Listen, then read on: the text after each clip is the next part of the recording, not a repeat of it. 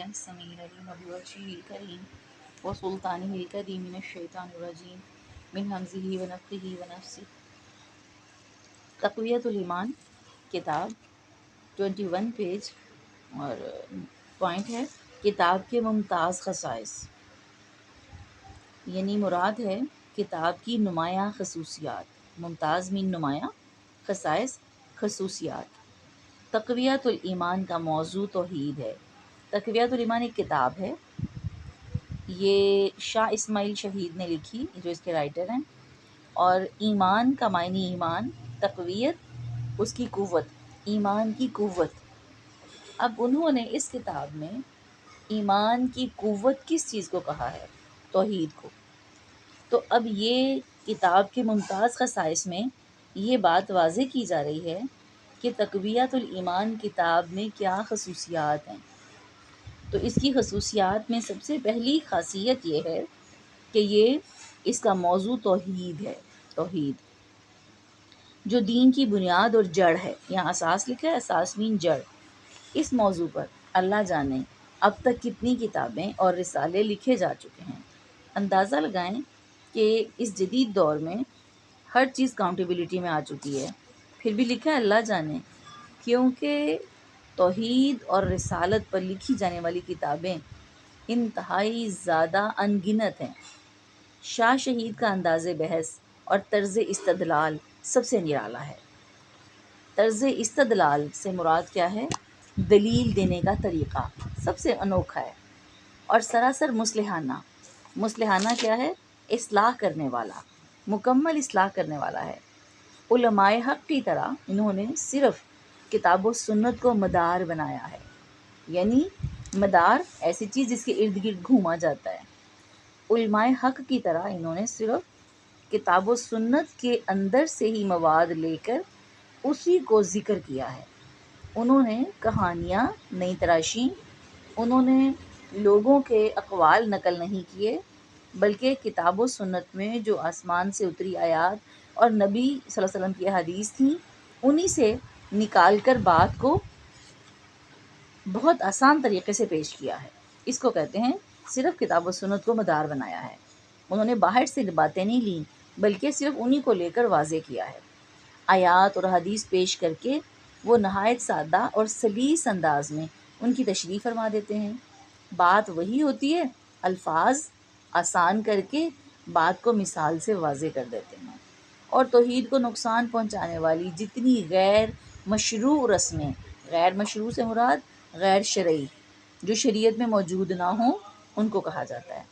ایسی رسمیں معاشرے میں جو مروج تھیں، مروج سے مراد رائج تھیں، چل رہی تھیں، جو لوگوں کا حصہ بن چکی تھیں، ان کی حقیقی حیثیت دل نشین طریق پر آشکارا کر دیتے ہیں۔ آشکارا مراد واضح کر دیتے ہیں، صاف نظر آنے لگتی ہے۔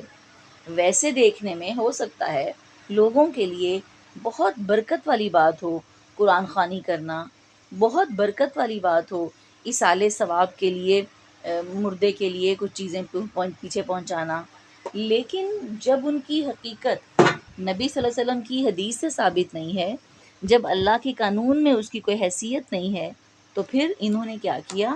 اس کی حقیقی حیثیت دل نشین طریق پر، یعنی خوبصورت طریقے سے آشکارا واضح کر دیتے ہیں۔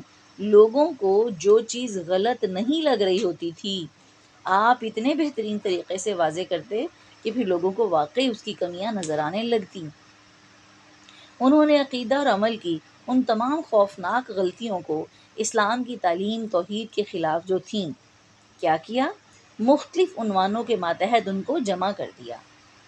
یعنی جو پچھلے اس وقت کے دور میں کتابیں تھیں، ان میں عقیدے اور عمل کی خوفناک غلطیوں کو، اسلام کی تعلیم توحید کے جو خلاف تھیں، لوگوں میں رائج ہو چکی تھیں، لوگ اس کو بڑی اہمیت دیتے تھے اور وہ دین کا حصہ بن چکی تھیں۔ آج تک کچھ ایسی چیزیں ہیں جن کا دین میں وجود ہی نہیں ہے، کچھ حدیث ہیں جو حدیث ہی نہیں ہیں لیکن لوگوں میں رائج ہیں، لوگ ان کو حدیث کوٹ کرتے ہیں جبکہ وہ حدیث سرے سے حدیث کے ذخیرے میں موجود ہی نہیں ہے۔ انہوں نے ایسا کیا کہ ان غلطیوں کو، ان غلط رسومات کو، ان اعمال کو، ان عقائد کو اکٹھا کر کے مختلف عنوانوں کے ماتحت ایک جگہ جمع کر دیا۔ مثلاً شرک فی العلم، جب انہوں نے یہ پوائنٹ لکھا شرک فی العلم، تو جو علمی غلطیاں تھیں، جیسے میں نے ابھی بتایا کہ حدیث جس کا وجود ہی نہیں تھا لوگ اس کو حدیث سمجھتے ہیں، تو یہ علم کی غلطی ہے نا۔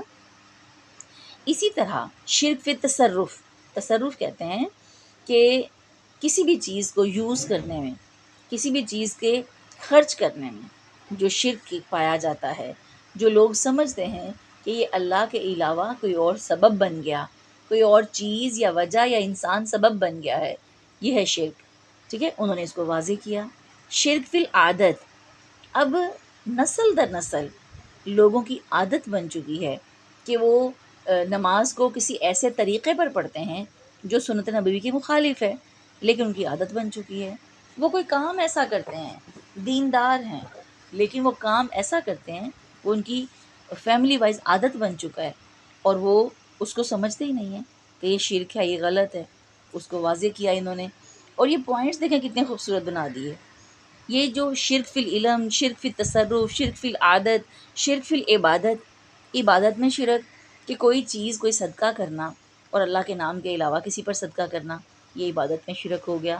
کچھ بھی چیزیں ایسی جو تھیں انہوں نے پوائنٹس بنا بنا کر ان کی ایسی ٹھوس دلیلیں دیں کہ لوگ قائل ہو گئے، لوگوں کو اپنی غلطی کا حقیقت میں احساس ہوا۔ بات وہی ہوتی ہے، طریقہ مختلف ہوتا ہے۔ ایک بندہ مخلص بھی ہوتا ہے، صرف اس کے پاس طریقہ نہیں ہوتا، اور وہ پیٹ رہا ہوتا ہے اور وہ درست بات آپ کو بتا رہا ہوتا ہے، لیکن لوگ اس کے قائل نہیں ہوتے، صرف طریقے کی کمی۔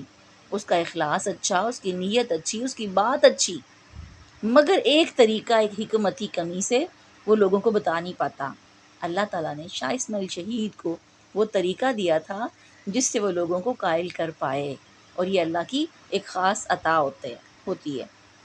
انہوں نے اس کو پوائنٹ آؤٹ کیا، انہوں نے لوگوں کو بتایا، انہوں نے اس پر لکھا، کتابیں لکھیں، درس دیے، تبلیغ کی، زبان سے، قلم سے، ہر طرح کا جہاد کیا۔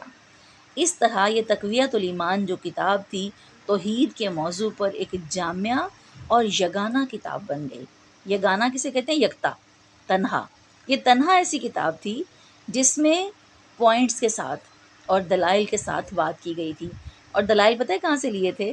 لوگوں کے اندر سے، لوگوں کی عام زندگی سے، ان کے نجی معاملات سے وہ دلائل اکٹھے کیے۔ پھر اس کتاب کی صرف اتنی ہی خوبیاں نہیں تھیں، اس کی مزید خوبیاں بھی ہیں، جیسے کہ نمبر 1، یہ کتاب شاہ شہید کے زمانے کی علمی، عملی اور ثقافتی حالت کا ایک نہایت عجیب مرقع ہے۔ ٹھیک ہے، مرقع کسے کہتے ہیں؟ جس چیز سے وہ نکلی ہے، مکمل کتاب۔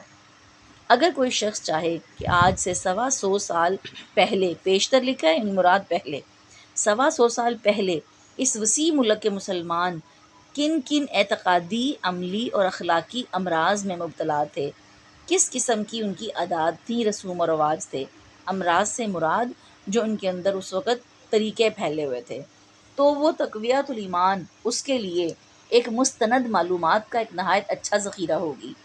انہوں نے اس وقت کے لوگوں کی کمیاں بھی لکھیں، اور پھر ساتھ دلیلیں لکھیں، پھر ان کی غلطیوں کو ان سے مینشن کیا، پھر ان کی درستگی کو مینشن کیا۔ یہ سارا کام چونکہ انہوں نے کیا، تو اس لیے اس علاقے کے لوگوں کے طرز رہائش اور اعتقادی اور عملی اور اخلاقی غلطیاں بھی سامنے آ جاتی ہیں۔ لوگوں کو پتہ چل جائے گا کہ 125 سال پہلے جو لوگ تھے وہ کس قسم کی حماقتیں کرتے تھے۔